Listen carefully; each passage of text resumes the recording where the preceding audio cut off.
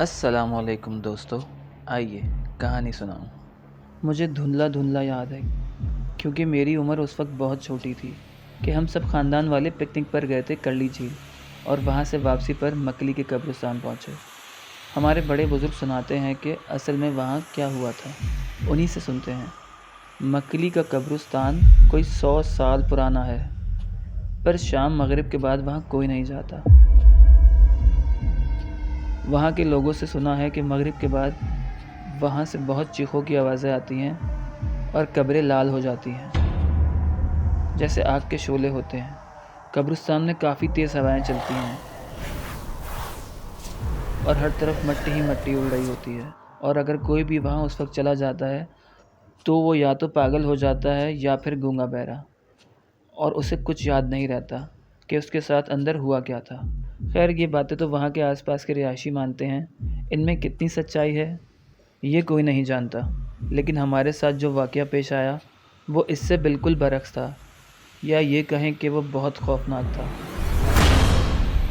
ہم لوگ کرلی سے واپسی پر مکلی رکے، جو کہ ہے تو شہر خاموشہ، پر اپنی مثال آپ ہے۔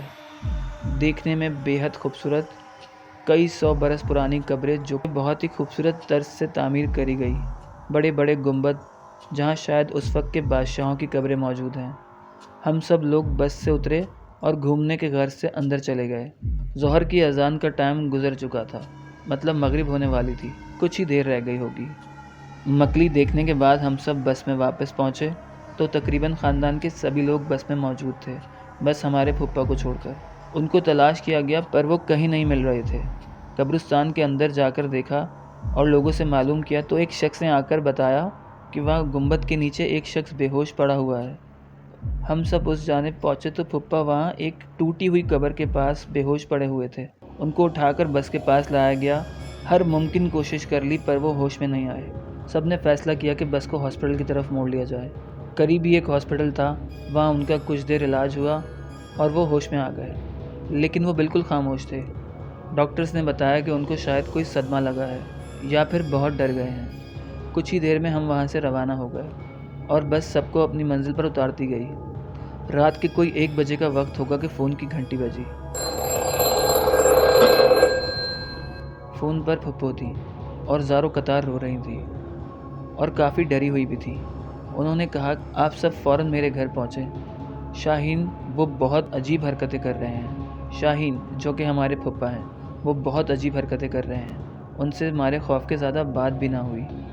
ہم فوراً سے ان کے گھر پہنچے اور گھر کی حالت دیکھ کر اور گھر والوں کے اڑتے ہوئے رنگ دیکھ کر سمجھ گئے کہ کچھ زیادہ ہی سنجیدہ بات ہے۔ پھپھو نے بتایا کہ شاہین کے حلق سے بہت خوفناک آوازیں نکل رہی تھیں اور وہ سارے گھر میں بھاگتے پھر رہے تھے۔ پھر اچانک سے رکے اور دیوار پر چڑھ گئے اور چھت پر الٹا چلنا شروع ہو گئے۔ وہ جس قدر ڈری ہوئی تھی تو جھوٹ تو بول نہیں رہی تھی۔ ان کے بچوں نے بھی یہی منظر اپنی آنکھوں سے دیکھا اور ڈر کے مارے دبکے ہوئے بیٹھے تھے۔ شاہین کہاں ہے ابھی؟ تو وہ بولیں کہ اس کمرے میں ہے۔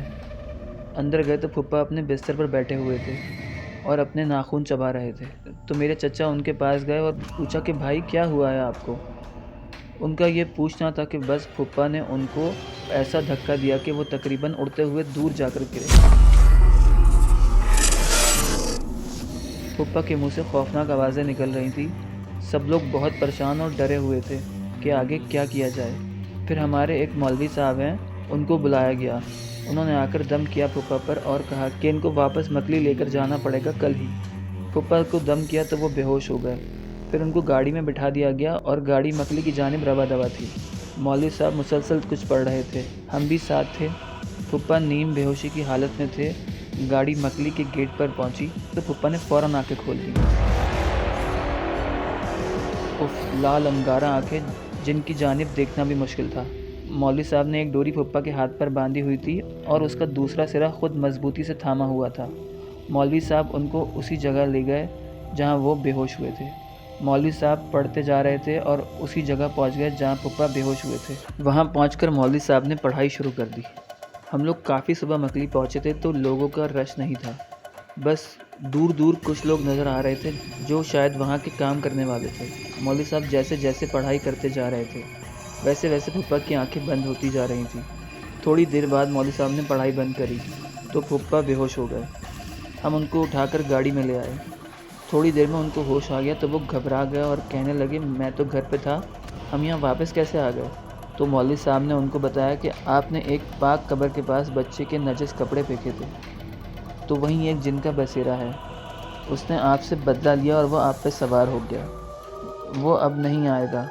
وہ جگہ جہاں وہ رہتا ہے میں نے اس جگہ کو پاک کر دیا، اب آپ بھی آگے خیال رکھیے گا۔ مولوی صاحب نے ہم سب کے ہوش اڑا دیے تھے کہ ایک جن تھا ہمارے ساتھ کل سے۔